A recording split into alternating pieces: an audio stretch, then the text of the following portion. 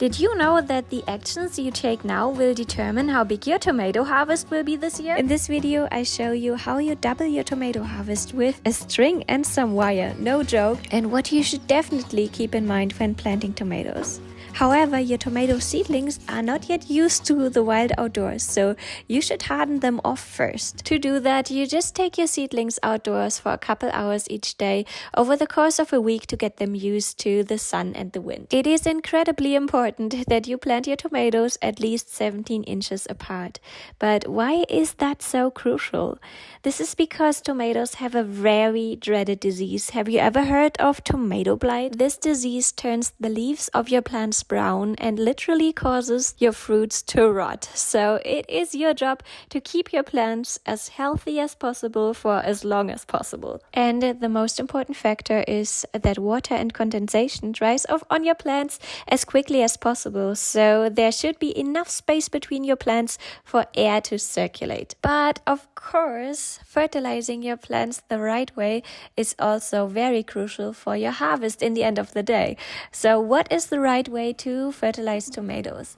I use two different kinds of fertilizers. One is a long-term fertilizer that I put in the hole when I'm planting my plants. I use either sheep's wool fertilizer or horn shavings, and I also add a few tablespoons of rock powder to the planting hole. This mixture is best for growing really healthy and strong tomatoes. The long-term fertilizer is released to your plants gradually, but as your tomato plants grow and produce flowers, it is very important that you start fertilizing them in a way that is more readily available for them. English is still very hard for me.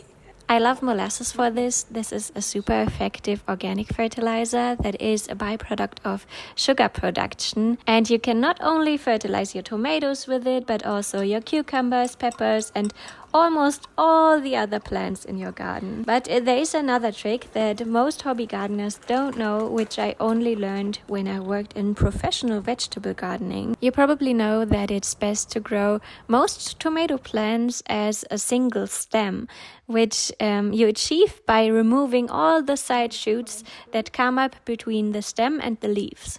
This is called pruning your tomatoes, and I will show you how to do this later in the video. Most people simply stick a stake in the ground to which they tie their tomato plants and to which the plant then grows upwards on a single shoot, but I find it much more practical to let the plants grow upwards on strings instead. And not just any string, but string wrapped around a wire hook. Simply tie the end of the string loosely around your plant and hang the hook under the roof of your greenhouse or tomato house. As the plant grows, you just keep wrapping the string around it to give it support. And when your plant reaches the ceiling, you would usually have to cut the top off and deprive the plant of the opportunity to continue growing. But because we wrapped more string around the hook, we can avoid this and harvest many more tomatoes from our plants. We now simply hang the hooks a little further to the left or right and let some string fall off the hook so that the plant has more space to grow further upwards.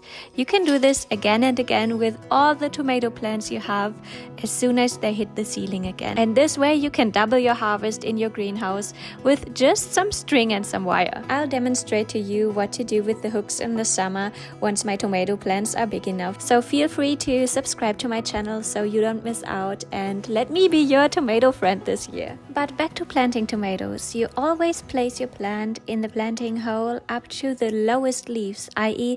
deeper than it was in the old pot. This means that your plant forms more roots on the part of the stem that is now underground, and it stands much more firmly this way. Don't forget the fertilizer in the planting hole, we've already talked about that, and then simply cut off all the leaves that touch the ground after planting. I always form a small wall out of soil around the plant, which ensures that the water stays where it belongs, and then you simply water your plant very well. And now let's talk about pruning your tomatoes. In doing so, you remove any side shoots that grow between the stem and the leaves. You can easily spot the side shoots by looking at the main stem of your plant and look for places where 2 shoots are coming out of one place on the main stem, one of which is your normal tomato leaf, and on top of that is a little side shoot, and you simply remove all the side shoots you can find on your plants every week in your garden. Why is that so important? We were just talking about blight, right? And the circulation of air is very important to prevent blight on your tomatoes. By removing all the side shoots, you allow a lot more airflow, and the plant is able to put all its energy into producing so many tomatoes on the main stem. If you're wondering when to plant your tomatoes are not frost hardy. You can simply look up the average last frost date for your area. If you have a greenhouse or a hoop house, you can usually plant your tomatoes a month earlier, but you really have to keep an eye on the weather forecast because tomatoes don't like when it gets really cold. I'll put a video here that might be interesting for you to watch next, and then go outside and make the world a little greener. Bye, until next time.